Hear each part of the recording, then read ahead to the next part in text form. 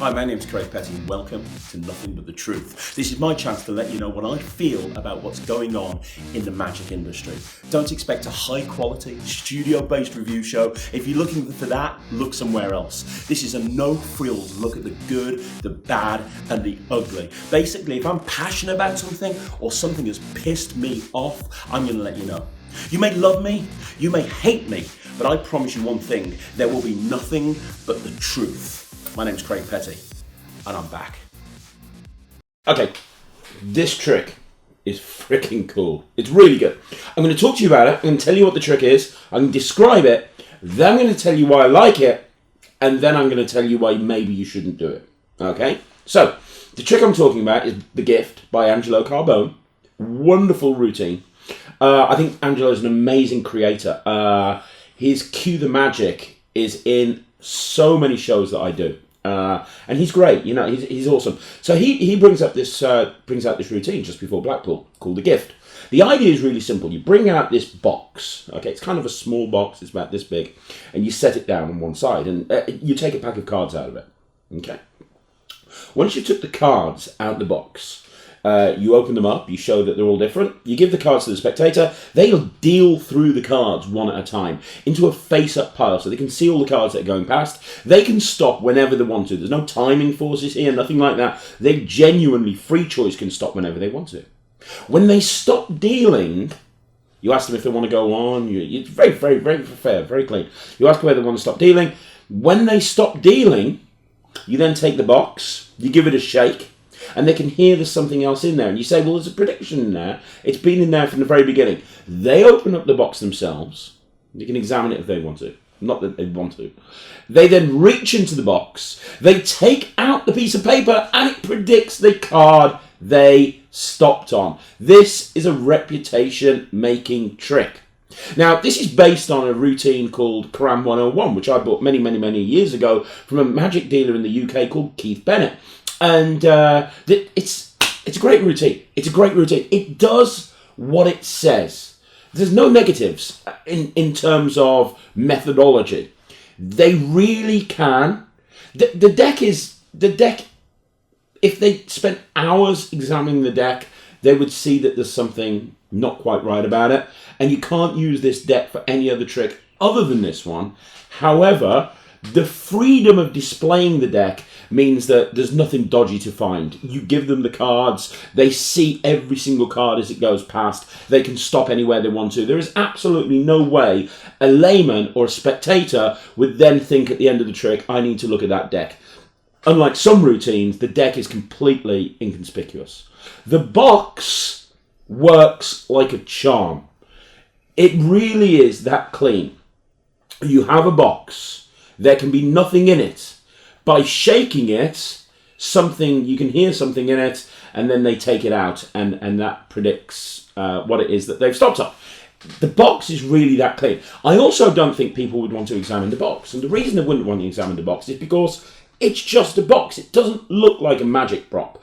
It looks like a box that is designed to hold a pack of cards, and that's how you present it. It does not look like a magic prop. One thing to consider is I thought it was completely self-contained, but it's not. As well as the box, you also need something else. Okay, you need something else in order to operate the box. Not a problem. It's not a big thing. It can easily fit into your pocket, but you do need that something else. That's something to take into consideration.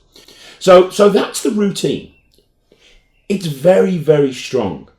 So why would you not want to do it? I said at the beginning of this review, I'm going to tell you why you might not want to do it. The reason is, depending on the type of performer you are, this might not be appropriate. So if you are a working professional, if you're a working close-up magician, and your job, 99% of the stuff that you do is you go and do table hopping, you go from table to table, this might not be appropriate.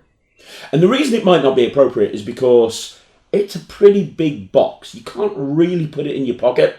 So unless you're carrying a bag around with you, which I can't see why you would, you're going to have to hold it, put it down on the table. It's too big, I think, personally, to do table hopping. okay, or banquet. The other thing is the routine that I just described for you. It's a wonderful routine. It's very, very fooling. It's absolutely mind-boggling. But the problem with it is you do need to have the audience's attention. They need to be emotionally invested in the routine. So if you go banquet, for example, you know those gigs where there's like 300 people in the room and you've got 30 tables of 10 and it's Christmas and they're throwing streamers all over the place and everyone's drunk and it's like, whoa, and the DJ's got the music on really loud. This isn't going to work. Hello, my name's Craig, I'm the magician. Hello, I'm going to put this box over here. Now we're going to deal through these cards. Not going to work. You need people's attention, okay? So if you're just primarily a table hopping magician, it's not going to work. If you do parlour shows, it'll work brilliantly because you can have this down on your table that you do your parlour show on. You can take your pack of cards out of it. You can maybe even have some other props in there if you want to. And you've got access to this prediction system, which is what it is. It's a prediction system. All the way through your act. Brilliant. Yeah, it'll work great for parlour. Will it work for stage? Yes, possibly. I have my reservations because it's a bit small. You could probably work it out maybe with projection stuff. I don't know. It wouldn't work for me as a stage performer with the stuff I do. I don't think it'd work for me that well, but I could see it maybe working for stage performers. But here's the thing, as has been pointed out to me on the YouTube comments with all the other Nothing But the Truths, there are more than just working professionals in this world. There are a lot of hobbyists, and that's absolutely fine. If you are a hobbyist, this thing's brilliant, and this, to be honest, this is how I'm using it. I haven't put it in my parlour show. I've already got enough parlour show material. It's not gone in my stage show. I'm not going to be doing it close up. However, what I am going to be using it for is putting it on my mantelpiece, and when people come round to my house, or my wife has friends come round to the house, and they always say, oh, you're a magician, can you do a trick? I think this is absolutely brilliant. This is a great trick to be able to do because I can go, yeah, see that box over there? Can you grab that for me? I've got a pack of cards in here. Let me just do this. Well, it's brilliant. It's brilliant for that. I don't have to worry about any of the negatives. I don't have to carry it around with me. I don't have to worry about the reset because there is a small reset to it. It's going to take about 30 seconds to reset. All of these negatives suddenly don't become negatives because it's sitting there on my mantelpiece. They've asked to see a trick. I've asked them to give me the box. I've done it. It's brilliant. I think for a hobbyist to have a routine in their house that's ready to do anytime, anywhere, I think it's great. The other place I think it would work really well is I do a lot of client meetings where I'm going out and meeting a client. And what I've done in the past is I've actually posted them something that I've then used in the meeting. I think this would be great if I've got a client meeting with one-on-one with somebody. Let's say I'm trying to land a really big gig. I'm trying to build up a relationship with a really big company. I would have no problem at all posting them this gift and saying, can you hold on to this for me and bring it to our meeting? I want to show you what I can do for your company. I think that would be great. I think that would be absolutely phenomenal. The other place that I think it possibly could work is in a kids show. I think that there's a lot of potential here with kids shows, maybe to do with colours. Maybe you've got a routine where you've got some different coloured silks and stuff like that. And then the prediction is that you've got a piece of card that's colour. I think I haven't given it any thought, but I think it would work really well with kid shows. And to be honest, that's the thing that I want to put across with you. I think the best trick for this prop is yet to be discovered. I think that there's going to be people out there that come up with something phenomenal with this. There's a Facebook group, and the people on the Facebook group are coming up with really good ideas.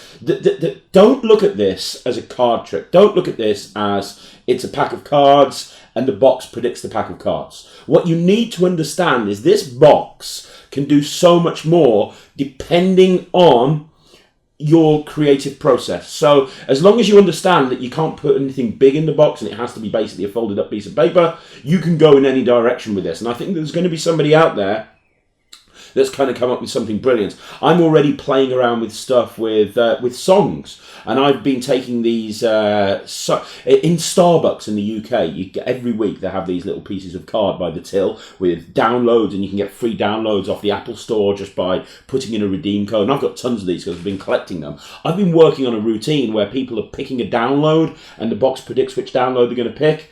which is kind of something I'm kind of playing around with at the moment. But you know what? There's going to be somebody out there that buys this box that's super mega creative, and they're going to come up with something that's probably a game changer. Right, to recap, I'm going to tell you right now, I'm going to give this 8.5 out of 10. I think it's really good. I think it's very, very fooling.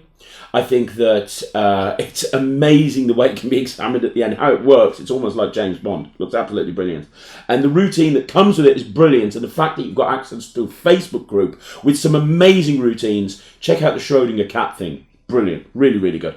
So those are all the positives. As long as you understand the negatives, which is maybe if you're just looking for a prop to put into your working close-up set, this might be not the one. Well, this isn't the sort of thing that you want to go for. The reset and the size of the thing and all of the problems that it brings means it's not really appropriate for that. But for the right time, for the right place, I think this is absolutely brilliant. Is it something that is benefiting Magic? Yes. I think that this is definitely the best way to achieve what this achieves, and I highly recommend it. And if you ever come round my house, you will see it sitting there on the mantelpiece. Angelo, thanks very much, mate. You're a massively creative genius.